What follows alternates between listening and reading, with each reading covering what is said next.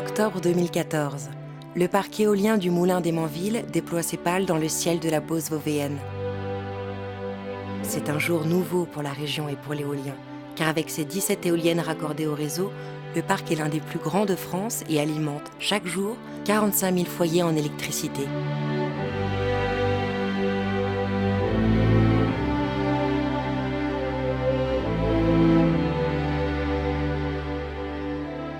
C'est ici que tout a commencé, en 2007, dans les bureaux de JP2E. JP Énergie Environnement est une PME française qui développe, finance, construit et exploite des unités de production d'électricité d'origine renouvelable.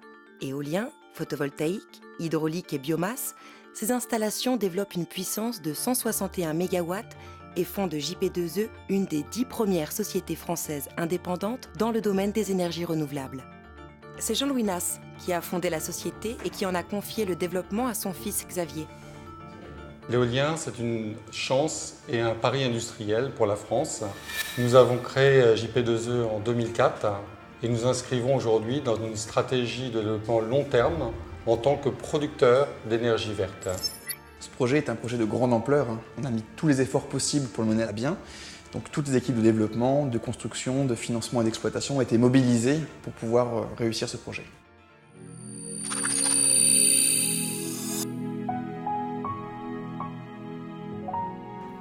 La première étape est une étape de développement qui consiste à sécuriser le terrain industriel et juridique.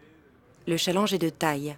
Il faut décider des lots, obtenir les autorisations d'urbanisme, étudier le rendement du site, travailler à l'implantation avec les partenaires locaux. Le projet du parc du Moulin d'Hémanville est situé sur les communes d'Allonnes et de Beauvilliers dans le département de l'Eure-et-Loir. Entre 2007 et 2008 s'engage une phase de concertation, d'information et de négociation avec les élus locaux, les riverains et les propriétaires de terrain. JP2E nous a présenté le projet, à la suite de quoi on a fait différentes réunions avec les agriculteurs concernés, avec la mairie également, et petit à petit le projet s'est mis en place. Moi, personnellement, ce qui m'a rassuré, c'est la maîtrise du dossier comme du clé en main. La maîtrise de la conception, des études, du développement, de la construction et jusqu'à l'exploitation. Pour un agriculteur, ça semble tout à fait intéressant, à la fois sur le plan financier et à la fois sur l'intérêt financier de la commune. Alors nous, évidemment, nous, communes, on voudrait donc des retombées financières qui nous permettent donc de faire évoluer notre commune, quoi. Voilà. L'éolien, pour un territoire comme le nôtre, est très important. Très important sur l'aspect financier. Au-delà des conventions d'énergie renouvelable et développement durable, les finances permettent à nos territoires d'investir et d'investir dans des infrastructures intercommunales. Le projet a fait l'objet d'une forte acceptation locale et aucun recours n'a été déposé. Au total, entre la phase de développement consacrée à l'obtention de l'ensemble des autorisations et celle de la construction, c'est presque 10 années qui auront été nécessaires pour mener à bien un tel projet.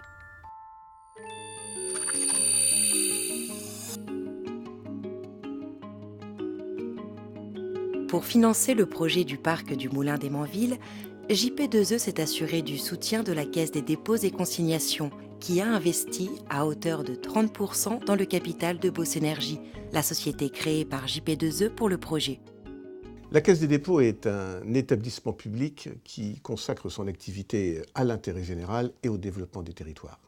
La transition énergétique est évidemment au cœur de l'intérêt général. Le projet Beauce Énergie contribue évidemment à cet objectif et en cela, il entrait dans nos priorités. JP2E est un groupe extrêmement professionnel. Les délais ont été tenus, le montant de l'investissement a été tenu dans un projet extrêmement complexe qui s'est étalé sur plusieurs années et il a vraiment fallu beaucoup d'énergie pour le mener à bien et c'est grâce à eux qu'aujourd'hui il est en exploitation. Enfin, et je pense que c'est extrêmement important, les rapports que nous avons eus sont des rapports de totale confiance, de grande transparence. Il y avait un dialogue permanent et ça a vraiment été très agréable de mener ce projet de la SAS Beauce Énergie avec Messieurs Nasse et avec l'ensemble des collaborateurs de Beauce Énergie.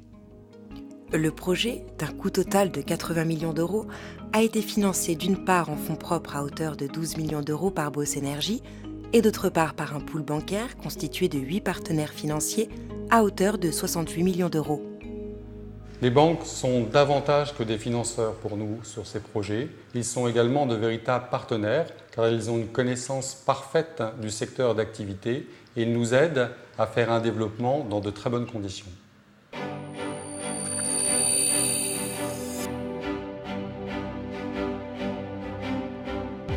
À l'automne 2013, le chantier commence enfin, par le lancement de très importants travaux de terrassement. La première étape consiste à réaliser des aménagements pour faciliter l'accès au site.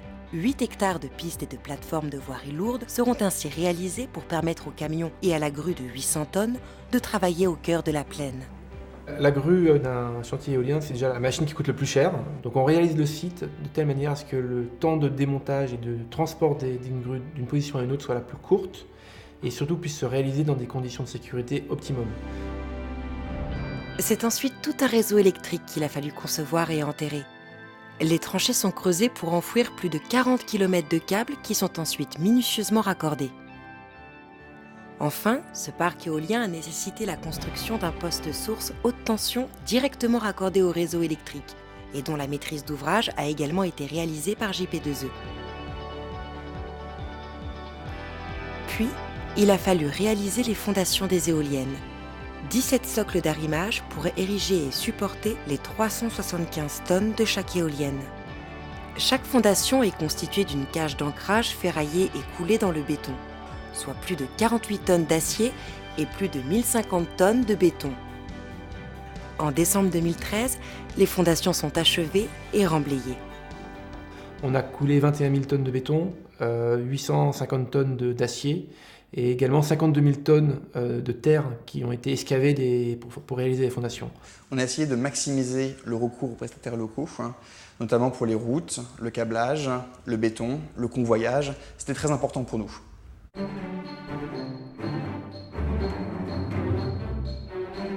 Juin 2014, le béton des fondations est sec et certifié. Les premiers éléments sont acheminés.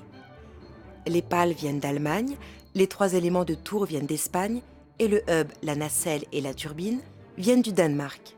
Ils transitent tous par le port de Rouen. Tout au long de l'été, les éléments arrivent ainsi dans un balai minutieusement programmé. Fin juin, les premiers éléments de la tour sont presque tous arrimés au sol. C'est au tour de la grue de 800 tonnes d'entrer en action. Le travail des grues a été confié à la société belge Dufour, spécialiste européenne du levage. 4 types de grues seront utilisés au cours de la construction, parfois simultanément, dans un exercice de précision de haute volée.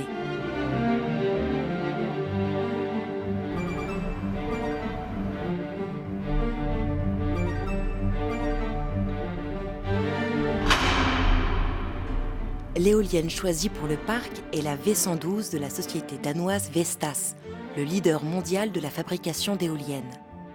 Il s'agit d'une machine de 375 tonnes qui plafonne à 150 mètres de hauteur.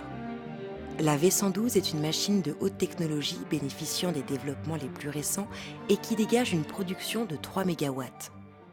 Ça fait à peu près 35 à 40 ans qu'on fait des éoliennes et aujourd'hui le saut technologique qu'il y a eu, c'est la taille des éoliennes. Aujourd'hui, on a des éoliennes qui font 112 mètres de diamètre, ce qui permet de démarrer et de produire à 3 mètres par seconde de vent, c'est-à-dire à peu près 10 km/h de vent en haut de l'éolienne. Les pales sont un élément fondamental de la V112. Souples et résistantes, leur profil leur permet de tirer le meilleur parti du vent. Leur résistance vient d'une structure en plusieurs éléments liés entre eux par des couches de fibres de verre. De la résine est ensuite coulée grâce à un système de moules pour solidariser l'ensemble. Alors, une fois que les 2 sections de tour sont installées, on finalise le montage avec notamment les 2 dernières sections de tour, la nacelle, le hub et les 3 pales. Et c'est une phase qui peut prendre 10 heures, comme ça peut prendre plusieurs jours en cas de conditions de vent défavorables.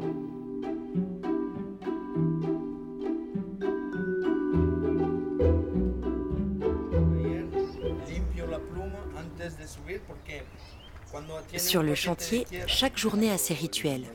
C'est d'abord le briefing au camp de base, puis la préparation du matériel. Chacun sait ce qu'il doit faire. Chaque corps de métier a sa place dans la chaîne, sa mission dans l'équipe.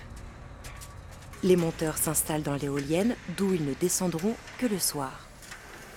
Pour réaliser un tel projet, il faut une maîtrise complète du planning, puisque chaque corps de métier doit terminer son travail avant que l'autre puisse commencer. Et un décalage tout le long de cette chaîne a automatiquement entraîne un décalage de la mise en service de l'installation.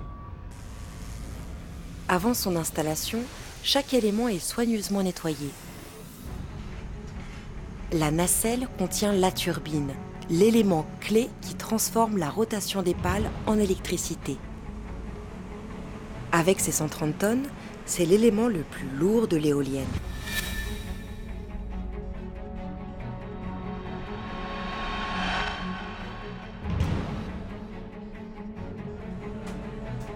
Vient ensuite le montage du hub. C'est l'élément pivot, qui doit être d'une résistance exceptionnelle pour soutenir la force de rotation des pales.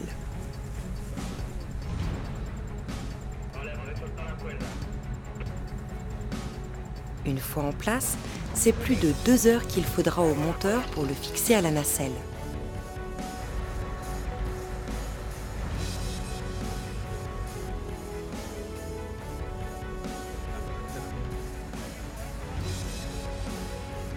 Une fois le hub en place, c'est au tour des pales. Une mâchoire dédiée va permettre de les hisser tout en les maintenant impérativement à l'horizontale pour pouvoir les fixer dans le hub.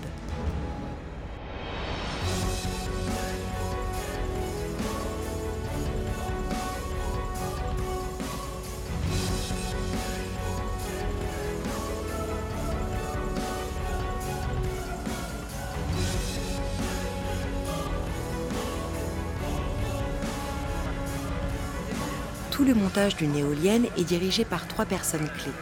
Le grutier, le chef de manœuvre au sol et le chef de manœuvre en haut qui guide les opérations par talkie-walkie. La coordination doit être parfaite car il s'agit d'une prouesse de manipulation. La pale pèse 11 tonnes, elle est à 100 mètres de haut au bout d'une grue et il faut la rentrer dans le hub avec une précision de 2 mm.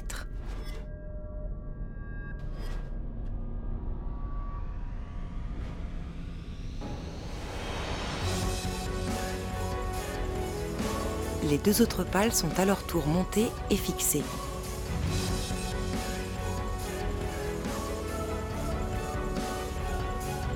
Au soir, c'est une éolienne de plus qui s'élève dans le ciel du parc du Moulin des Manvilles.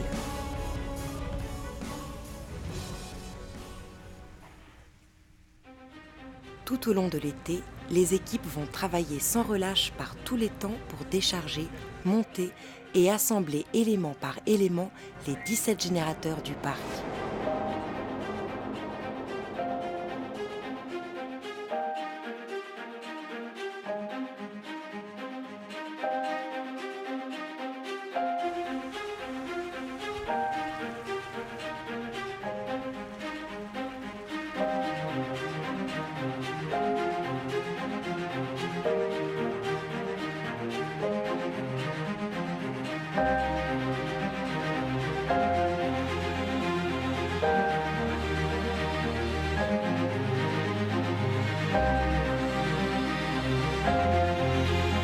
Le 22 août, l'éolienne ME14, la dernière du site, est en place conformément au planning.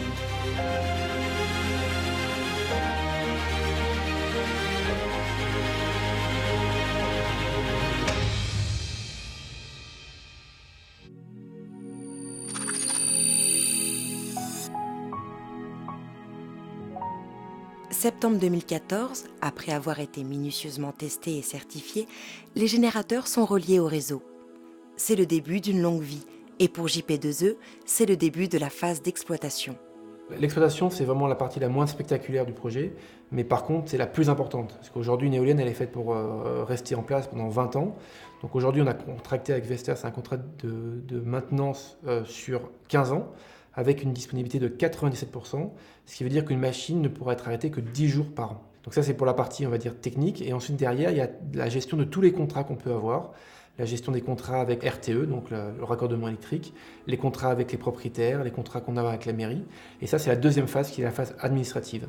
Et il faut être très réactif dans toutes ces phases pour que le projet puisse avoir une rentabilité maximale. Après 10 années de travail, le parc éolien du Moulin des Manvilles livre ses premiers mégawatts et le pari a été tenu. le projet est à bien des égards exemplaire et trace la voie pour les énergies renouvelables. Et pour JP2E.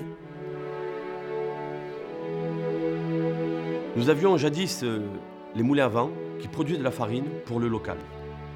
Demain, nous aurons les moulins du XXIe siècle, les éoliennes, qui produiront de l'énergie pour l'interdépartemental. C'est une grande fierté pour nous d'avoir réussi à mettre en place ce projet. D'une part parce que c'est un projet phare pour notre société, mais également puisque c'est un projet important pour la région, puisqu'on alimente aujourd'hui 45 000 foyers en énergie verte.